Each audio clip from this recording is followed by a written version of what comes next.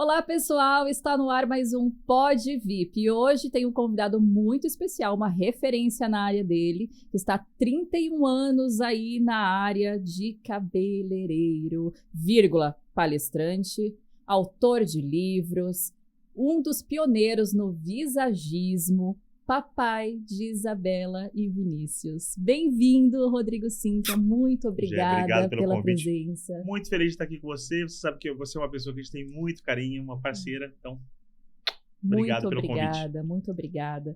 E olha, Rodrigo, temos muito assunto hoje, né? Bastante coisa. Muita coisa. O seu papel aqui tá longo. Não, mas você iniciou a sua carreira muito cedo. Você me deu muito material porque você começou aos 13 anos. 13 anos. E sabe o que eu queria fazer antes de ser cabeleireiro? Piloto de avião. Tá brincando? Militar. Tudo a ver. Dona, se você falasse pra mim com 13, o que você quer ser, Rodrigo? Eu ia falar jogador de futebol. Eu ia falar de tudo.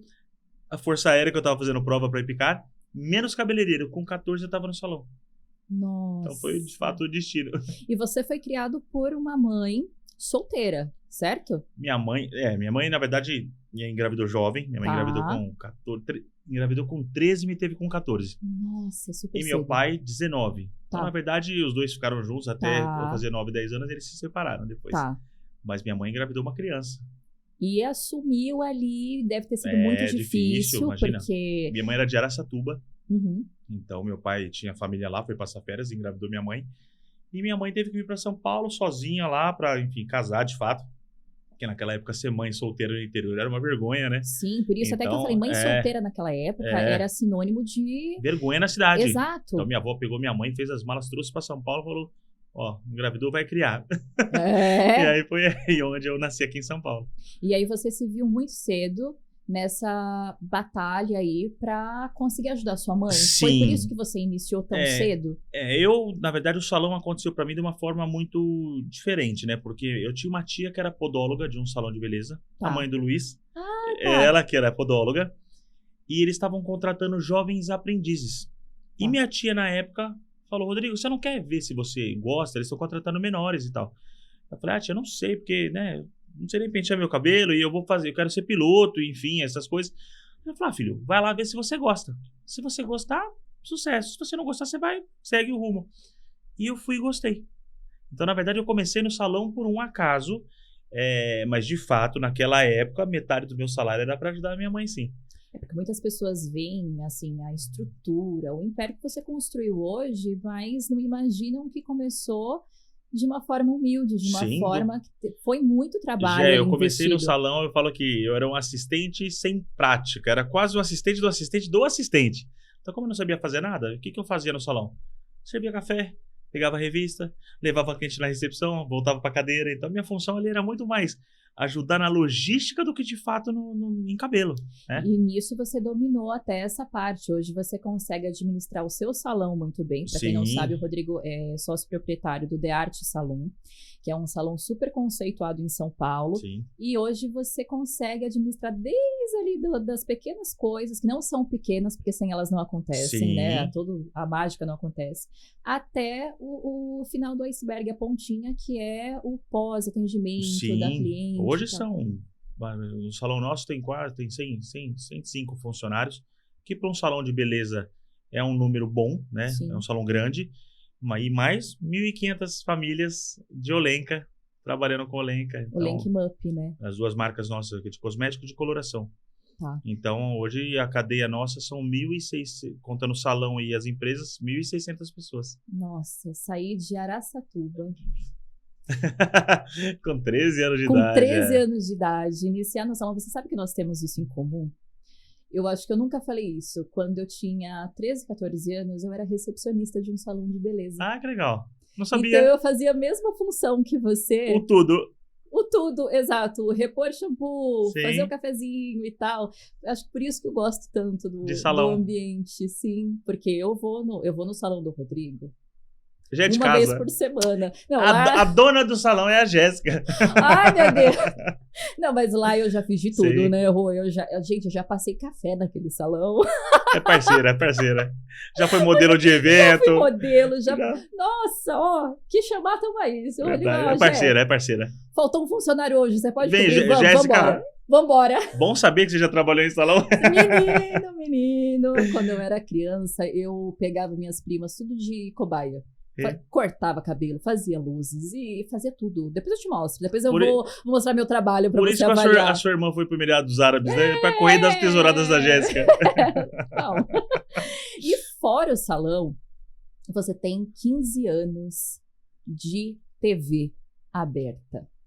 Como foi esse primeiro momento? Você iniciou a sua carreira no salão como o assistente do assistente do assistente e foi subindo, foi aprendendo outras funções. Sim.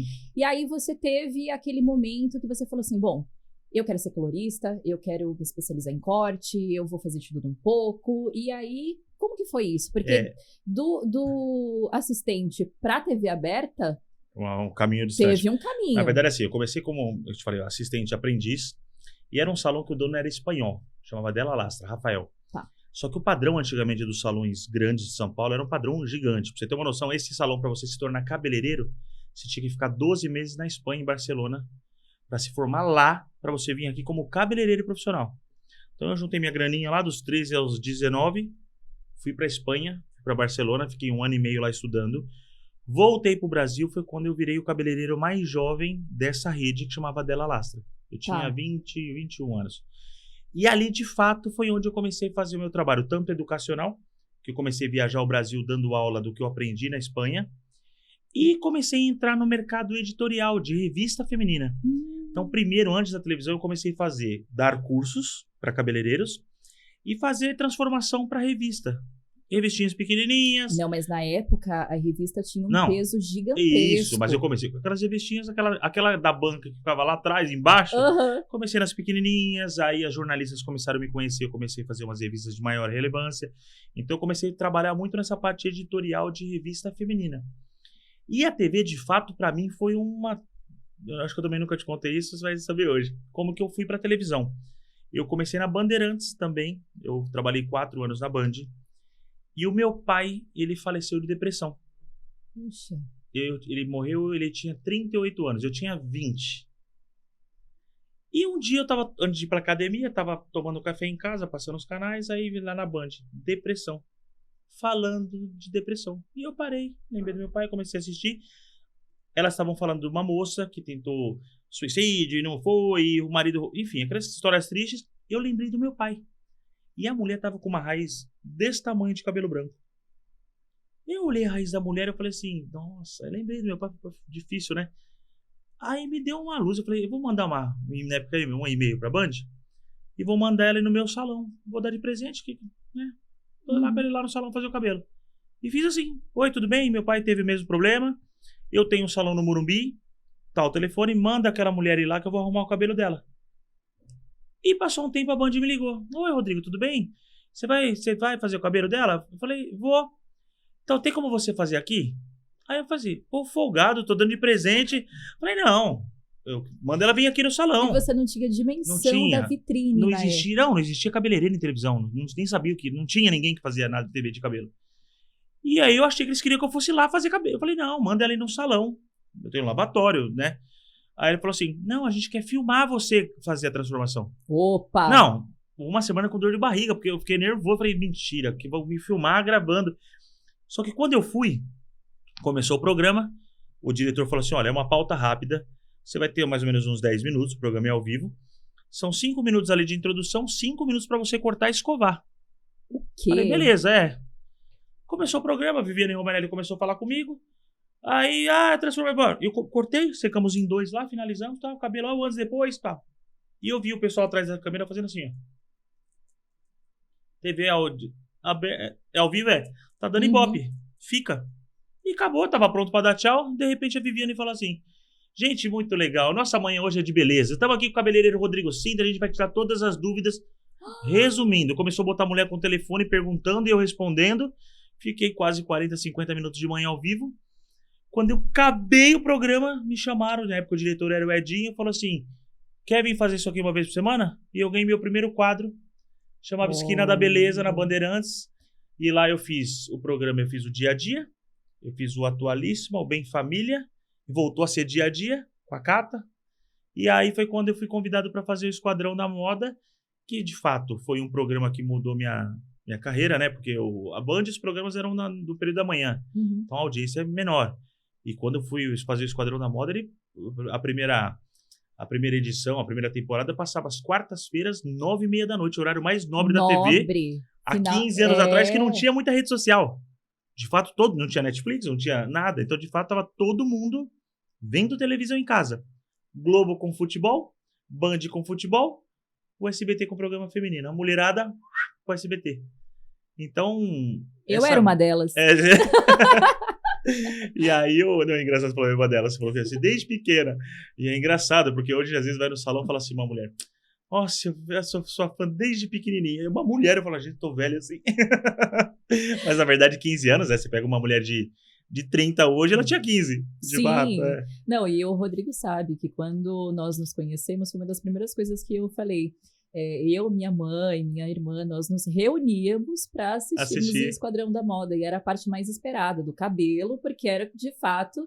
Dava mudança da pessoa, né? Fala a verdade, você ficava lá pra ver eu tomar bronca das participantes, né? Teve uma polêmica aí, Teve várias. Não, eu lembro de uma em específico, mas teve, assim, a tia Peruca... É famosa. Famosíssima, é a minha imagem. Ela, de fato, te deu um problema ali nos bastidores? Ela não gostou do cabelo mesmo? Não foi combinado? Como foi, não foi nada combinado. Lá no Esquadrão da Moda não é nada combinado, nem abordagem. Tem gente que fala assim, poxa, Rodrigo, como que eles gravam dentro da casa da pessoa? Imagina que você quer indicar alguém, você indicou teu irmão, um exemplo. A emissora tem um cuidado, você indicou. Se eles souberem que tua irmã sabe, não fazem. Já aconteceu. Já aconteceu. De pessoa se auto-escrever e quando eles foram pegar, a pessoa se inscreveu. Não foi alguém indicada. Porque a primeira regra é ser indicado por alguém. Então, fechou. Imagina que é uma funcionária sua. Você vai colocar a câmera escondida aqui. Eles pegam aqueles carros com isso filme preto para gravar a pessoa chegando no trabalho, para de fato aquilo ser verdade. Tá. Entendeu? Então, assim, nada no Esquadrão é... Pra você ter uma ideia, eu não consigo ver a participante antes de começar a gravar. Eu vou pro meu camarim no SBT, ela vai pro camarim dela. Tá. Aí ela senta na cadeira e eles falam, tá pronto, sim, tá gravando. Aí eu entro e conheço. É de verdade. Sem teste de mecha, nada. sem nada. Conversa ali, se tiver que fazer teste, faz ali. Porque eu vou falar, primeiro eu vou fazer um teste de mecha, coloca lá e sinta. Então, de fato, ali tudo é um reality. Eles tentam fazer o máximo para ter a reação verdadeira. Se a mulher tá com medo de cortar, tá com medo. Se chorar, chorou. Se me beijar e feliz da vida vai se emocionar. Que é o que a gente espera sempre. Exatamente. Mas nem sempre acontece, como foi nesse caso. O da tia Peruca, é Lilian o nome dela. Lilian. A Lilian. Então, a Lilian, o que acontece? Era uma mulher, que acho que se eu não me engano, que tinha indicado ela era o marido dela, se eu não me engano. E chegou na hora do cabelo. Ele era um cabelo que ele tinha sido descolorido ao máximo. Ele estava todo derretendo. Eu não sei se era quebra, o que houve. Tava com uma franja bem curta. Eu não sei se era uma mistura de quebra ou ela cortou curto. E aqui o cabelo, enfim, muito danificado. É um cabelo que, de fato, assim, eu não sei se aquelas extremidades curtas era porque ele já tinha quebrado. Ou seja, você estava super limitado no que faria nessa na verdade, situação. Ali... Não tinha o que fazer. E o loiro, de fato, muito clarão para a pele dela. Então, o que eu faria, na verdade, talvez eu escureceria aquele cabelo e puxaria umas luzes. Só que o cabelo dela, de fato, outras luzes lá não ia aguentar. Então, a opção era deixar aquele loirão muito branco ou, de fato, escurecer. E qual foi o caminho? Escurecemos o cabelo.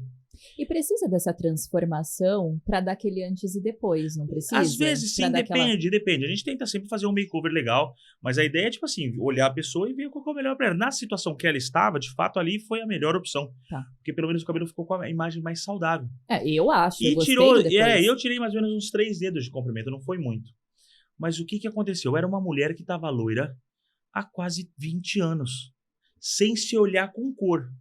Quando virou ela pro espelho de fato, ela teve um choque, que normal. Teve várias participantes do Esquadrão que na hora não curtiram, passou um tempo, manda pra produção, gostei e tal. Só que de fato a Lilian, ela ficou realmente muito impactada. Então foi algo normal do Esquadrão, mas que de fato não foi nada combinado e ela ficou brava, sim. É que pra mim ali era a melhor opção.